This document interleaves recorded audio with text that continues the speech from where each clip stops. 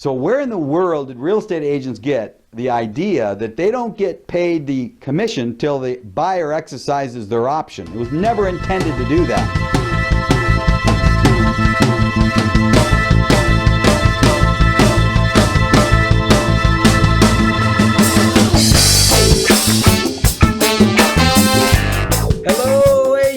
And welcome to the 25th episode of the One Bite at a Time show. This is where Roxanne and I go out into the world and we find the most relevant information, the most important information you need right now as a real estate agent to make money and grow in today's market. So Steve, I know you have something special for all of us today. Why don't you tell us a little bit about it?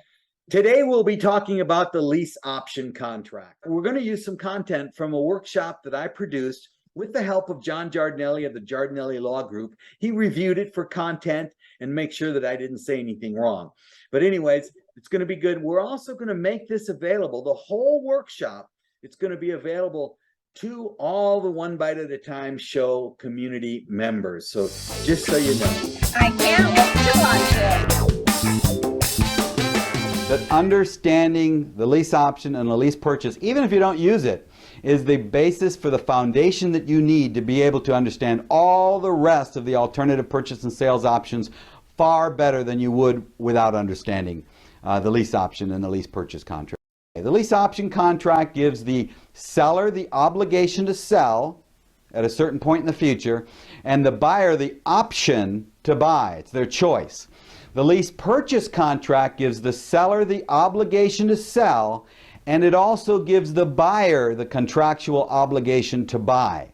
That's really the only difference between the lease option contract and the lease purchase contract. There are two closings in a lease option, two closings in a lease purchase, and that is when the lease option agreement, the sales contract, the seller financing addendum, all the disclosures, the escrow instructions are signed, title is purchased, escrow's opened, and escrow closes. And then sometime in the future, could be any time, could be a 3-year lease option, a 5-year lease option, a 10-year lease option. So sometime in the future, could be a 100-year lease option. Doesn't matter. So when they do exercise their option prior to their option period ending, they're going to exercise their option. They're going to go to the same escrow company if it still exists, and they get and buy the title insurance again, potentially from the same title insurance company. They're going to open escrow and they're going to close escrow again. There'll be a whole new set of escrow instructions created from the same first contract that happened months or years prior, and you're going to open escrow and close escrow again. Another term for lease options or lease purchase contracts is buying subject to existing financing.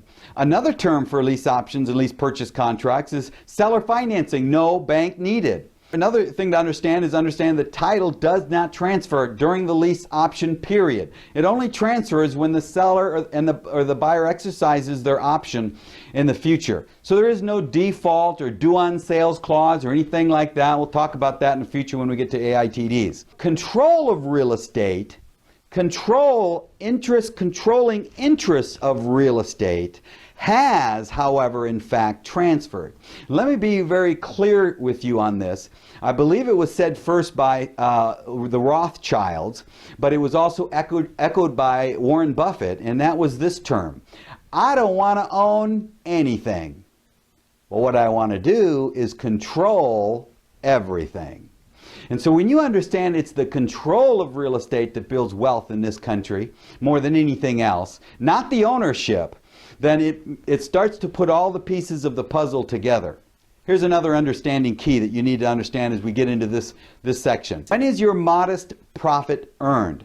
At the beginning, when they have the negotiation and when they come together with the seller and the buyer needs somebody to find the seller needs somebody to find the buyer. At the beginning, when they're going into escrow, they're going to get the appraisal done if they're going to have an appraisal, the title insurance is going to be done, or 5 years later when the buyer exercises their option. When is your modest profit earned? It's earned at the beginning. It's earned at the beginning. So when the problem was solved is when it was earned. So where in the world did real estate agents get the idea that they don't get paid the commission till the buyer exercises their option. It was never intended to do that. They get a full real estate sales commission at the beginning, at the signing of the lease option agreement. So bottom line is, you've got the responsibility, liability, and the risks right now. You should be getting paid right now. Very little down payment necessary in a lease option purchase contract. How much down payment? Typically, however much you want to make in modest profit. If you're a real estate agent, you're probably looking at about 6%. If you're a real estate investor, you might be looking at the same, 6, maybe 10%. But whatever you want to make in your modest profit is going to come from the down payment from the buyer. Now, let me be frank with you. There is no limit to the amount of buyers out there that have a down payment. There might be a limit in your communication skills to help them feel comfortable about giving a down payment. Let's look at the benefits to the buyer and or the investor in a lease option. First of all, control of real estate without title. That can be a huge benefit to an investor. And yes, if you're an investor thinking you don't want to take lease options, you're absolutely wrong. I'll introduce you to somebody later that made a lot of money buying and selling using lease options. Control of real estate without title. That can be very valuable. Maybe you're in a divorce, maybe you're in a bankruptcy, foreclosure. Okay. Jumbo loan, no problem. Doesn't make any difference how big the property is. Payment could be significantly better than in a mortgage. Bad credit, but has the capacity. So it doesn't matter what your credit is. It's an option to buy, not an absolute. An option to buy, not an absolute. Why is that a benefit to the buyer? If it's time to exercise their option and the value has gone up, they're stepping into equity. If it's time to exercise their option and the value has gone down, they have the same options as they would have if they bought the home on a traditional mortgage lender transaction. What do I mean by that? They don't have to lose their down payment. They can choose to continue to make the payment and extend their option. They don't have to lose their down payment. They can walk away if they want. They don't get their down payment back because it's a down payment, not a deposit. But if they walk away in a mortgage transaction, do they get their down payment back? Of course not. Interest can be willable to anyone. Now this is valuable. You have an asset here. This is not like renting. I like people who say, oh, in lease options. It's not like renting, it's not like rent to own. Lease optioning has nothing to do with rent. The reason why they think that is because lease and rent are often interchangeable. But when leasing is connected to a lease option agreement, it has nothing to do with a rent. Lease option and rent has nothing to do with each other. Well, let me give you an explanation. The interest, controlling interest to the real estate that I go into a contract with is a willable controlling interest. Willable equity. What do I mean? I agree to purchase a house for $300,000 from a seller. And I go into escrow. And let's just say I have a 10-year lease option. 8 years from now, the house is worth $500,000 or $600,000. Let's example, it's gone up, it's doubled in value. 8 years from now, and I died. Well, if I didn't will that as an inheritable controlling interest to my heirs, in fact, if my heirs didn't even know that I had that lease agreement, what would happen to the monthly lease payment? It would stop. Well, if it stopped, what would happen to the controlling interest and the equity in that property? It would go back to the seller. Now, how is that different than if I bought a home on a traditional institutional lender mortgage?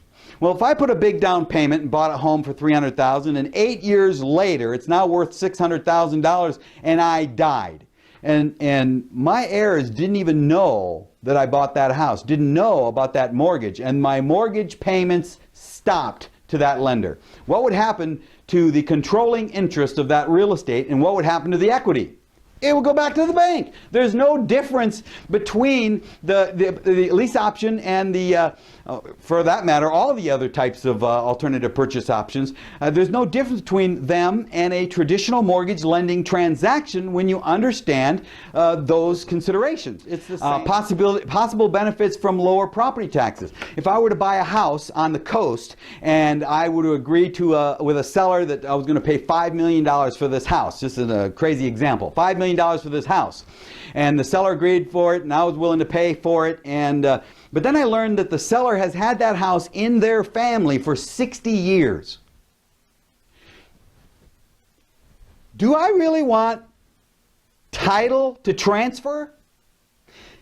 Obviously, No, not no, but hell no. I don't want title to transfer because property taxes is going to not just triple, but go up maybe 600 or 700%. So understand, how long would I want my lease option for? Option to sell instead of buy. Let's go back to that other example. I bought that house for $300,000. 8 years later, it's worth $600,000. I didn't die, but I also don't want to continue to live there, and I don't want to buy the house. I want to buy another house. Maybe my job has moved me. I want to buy another house. Do I have to just let that house, the controlling interest, and the equity of that house go back to the seller? Absolutely not. I put it on the market. I hire a professional real estate agent, and I list the property and I sell it. But oh, Steve, you're not on title. You don't have to be on title. It doesn't matter what you include in the contract because there's nobody telling you that you can't. Contract could include the purchase. So this is valuable, and we'll pick this up later. The contract, a lease option contract, could include the purchase of the underlying loan, either through an assumption or through an all-inclusive trust deed. At the end of the contract, this could be massive. And we'll talk about the math on that later. The best benefit is that they get to play the game. The benefits to the seller are massive too here. If you understand this, and a lot of real estate investors and agents think it's hard to get the seller to agree to these concepts. That is absolutely not true. It's called communication, legitimacy. It's called the law of attraction. Absolutely not true. Okay, here's the reality. Benefits to the seller. When the seller understands their benefits, it will overcome risk, it will overcome fear, it will overcome concern if they understand their benefits well enough. Remember, this whole workshop is available to our One Bite at a Time Show community members. So make sure you're registered for the show and give us a call, the number here on the screen, and we can give you a copy for free available to you.